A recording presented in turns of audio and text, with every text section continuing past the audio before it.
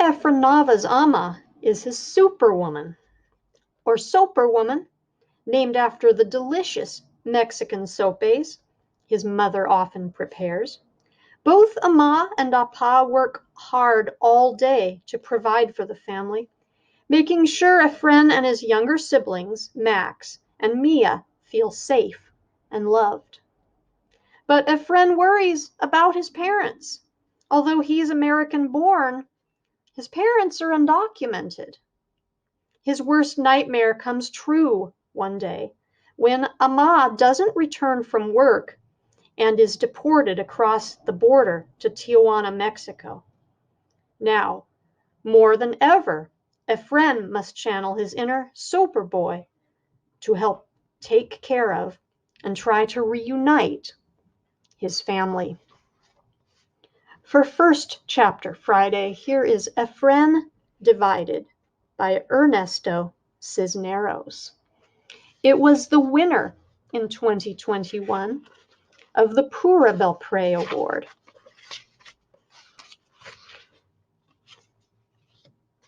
Once again, Efrén Nava woke up to a chubby, pajamaed foot in his face. He squinted at the bright yellow rays peeking in through the broken window blinds and looked to his left. But it wasn't Mia's foot. She was fast asleep, cuddled at the edge of their mattress with the same naked plush doll whose clothes she'd taken off and lost a long time ago. He looked to his right. Sure enough, the foot belonged to Max. How Max managed to roll over Efrén during the middle of the night was beyond him. Efrén shook his head and sighed, but then he caught sight of a tiny hole on the right foot of his little brother's flannel onesie. Smiling, Efrén licked the tip of his pinky and gave a wet willy to Max's pudgy toe. Efrén covered his mouth and stifled his laughter as a sleeping Max pulled away his leg. However, the victory didn't last long. Max spun around in his sleep and planted his other foot in Efrén's face. There was no way to win. Efrén yawned himself fully awake before turning toward his parents' side of the room. Once again, Apá was gone. No sign of his heavy jacket or scuffed-up work boots by the front door either. It seemed no matter how early Efrén tried getting up, he just couldn't catch Apá getting ready for work. Amá was the same way and never slept in. Any minute now, she'd wake up, unwrap her blankets, and go right to the kitchen to make breakfast. There was a pot full of leftover frijoles from last night's dinner, and that meant she would for sure be making fresh sopes this morning, Efrén's favorite. But before that, Efrén had something important to do. He lifted Max's leg by the pajamas and got up, careful not to disturb Mía, who now snuggled close to Max. Efrén stepped over the pair of pint-sized legs and arms blocking his path. He wasn't sure which was worse, sharing a mattress with two kindergartners or sharing the bathroom. Their apartment was really one big room, so the only place he could find peace and quiet was the bathroom. Efrén looked at the mirror, wincing as he removed the tiny strips of tape, pinning his ears back against the sides of his head. An idea he came up with after repeatedly hearing Amá warn the little ones against making funny faces. Sus caras leves van a quedar así, she'd say.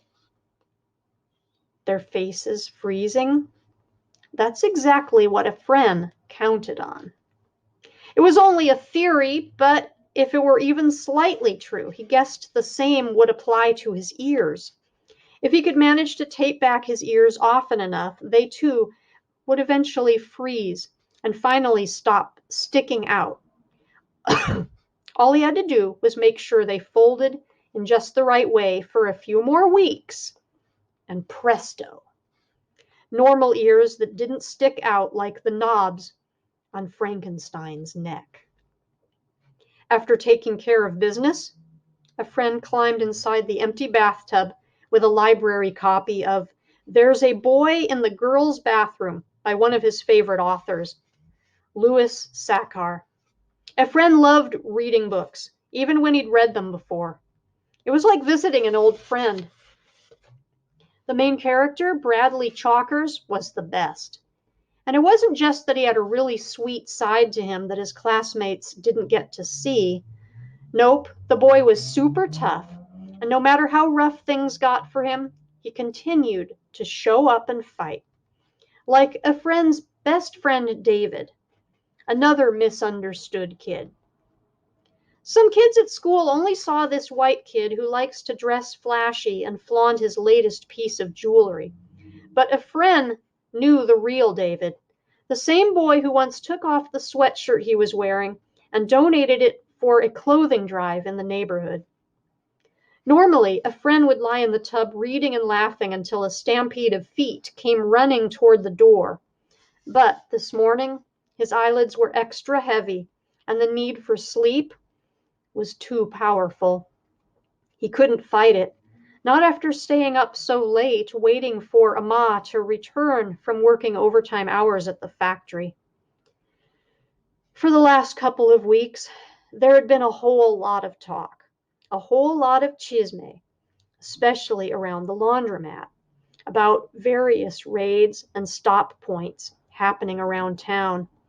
Efrén tried not thinking about what he'd seen on the news, all the stories about families being separated, kids put in cages, but that was easier said than done. Efrén couldn't help but worry. Despite numerous lectures from Amá and repeated threats of being on the receiving end of her chancla, he stayed up really late until she got home. He'd done the best he could to piece together the information he heard, but it wasn't easy. It seemed like any time he caught adults talking about it, someone in the room would nod toward him and the topic would shift to something else, usually the final minutes of the previous night's telenovela. After an unplanned nap in the tub, Efrén heard rattling in the kitchen and headed over. By the stove stood Amá, wearing her fuzzy blue robe that, according to Max, made her look like the Cookie Monster. Efrén stood and admired how easily Amá formed perfect little saucers from the doughy masa de maíz, and then pinched the steaming edges to form a tiny wall to keep the beans from seeping off. Her hands were tough and hummingbird fast as she tested the griddle's temperature by touching it with her bare fingers. How did she manage not to burn herself? Efrén wondered. Amá's sopes were delicious, and even though they weren't much more than a thick corn tortilla topped with beans and fresh ranchero cheese, Efrén didn't think of them as a poor person's meal. To him, to Max, to Mía, they were a special treat. Just one of the many milagros Amá performed on a daily basis. Something super. Super sopes. Sopers. That made Amá Soperwoman. Efrén laughed to himself. The word fit her perfectly. Before long, Max and Mía were up and climbed onto their usual seats at the table. Sopes! They turned to each other and sprang out into song. Frijoles, frijoles, de las comidas más ricas, lo más que comes, lo más que pidas. Efrén shook his head. You guys should be practicing your English. My fifth grade teacher, Mrs. O'Neill, used to say that that's the only way to master the language. Aquí están. Amá set the breakfast spread on the kitchen table, her exhausted eyes creasing as she smiled. Mijo, most of the world speaks more than one language, and Spanish is a part of who we are. She moved toward Efrén and ruffled his hair. You'll understand when you're older. Max and Mía reached in first, each picking up a bean and cheese topped sope. Efrén eyed the last one while Amá filled the glasses with chilled orange juice. Amá, where is yours? Ay, amor, a cup of cafecito is all I need. Efrén's stomach grumbled, but it was his heart giving the orders. Amá, why don't you take mine? I can have breakfast at school, anyway. There's no point letting all that school food go to waste. And have them think I can't provide for my own children? No gracias. Efrén inhaled. Ay, Amá, he said, knowing that she was simply being, well, Amá. She pulled out a nopal she'd cut yesterday from the cactus plant, peeking over the neighboring fence, and matter-of-factly scraped off the thorns with a knife. Then she held it over the stovetop bare-handed. When it was well roasted, she scooped up the remainder of the beans with a wooden spoon and created a sort of cactus taco. See, I'm fine, she said, taking a bite. Being Soperwoman wasn't just about checking teeth, flattening down cowlicks, and making sure Max wore only one pair of underwear at a time. It included making sure that everyone wore perfectly creased pants and that any holes made the day before were creatively sewn or patched over. It's one thing to not have a lot of money, Amá reminded them just about every morning. It's another to look the part. Of all the things Amá did, this baffled Efrén the most. How could a person who sometimes spent 70-plus hours a week locked in a factory behind a steaming iron go anywhere near one at home? Then again, this probably explained her talent for barehandedly flipping tortillas and carrying them to the kitchen table without even a wince. Okay, mijos, time to get ready for school. Everyone knew the drill. Put on the clothes neatly laid out last night by Amá, brush teeth, comb hair, and then grab backpack with lunch inside. Amá was about to hand out well done kisses when out of nowhere a helicopter hovered and roared uncomfortably close overhead. Amá waved a fist. Aye, this is the second time in 3 weeks. Unfortunately, sometimes the nighttime activities from the neighborhood carried over into the daytime hours. Home raids, car chases, and suspects at large were all as familiar as paletero trucks selling ice cream bars outside of church. Amá marched to the front door and locked the metal screen. Going into lockdown mode, Max and Mía shut and locked the sliding glass door in the back of the apartment before Amá could even ask. No one spoke a word, listening for screaming, sirens, or worse, gunfire. Amá peeked through the layered curtains she'd sewn together last year. It was just passing by. Amá had barely unlocked the door before the twins rushed past her and ran outside. Niños, don't run down the stairs. She turned to Efrén, who was busy strapping on his backpack. What am I going to do with those two? Adoption? Amá playfully slapped the back of his head before stepping outside. The twins waited by Don Ricardo's food truck parked outside. Can we get some Cheetos? Efrén rolled his eyes. Guys, for the last time, they're called Cheetos. Amá smiled and waved off Don Ricardo, or Don Tapatio, as most of the neighborhood called him because of the huge mustache and sombrero that he wore. No gracias, she said. Tal vez después de la escuela. Don Ricardo returned the smile and nodded as she steered the twins away by their arms. And if you are good, she added. Amá and Efrén followed the twins into the kindergarten playground. Even though the school was only a sprint away, Amá never let them go alone, not even Efrén, whose middle school was only blocks away. Between the swings and patch of dirt used for playing marbles, Max and Mía bear-hugged their favorite teacher, Ms. Solomon. She was an older lady dressed in a gray business suit and clashing white sneakers. Eventually they let her go and ran off to play on the jungle gym. Amá approached the teacher for a hug herself.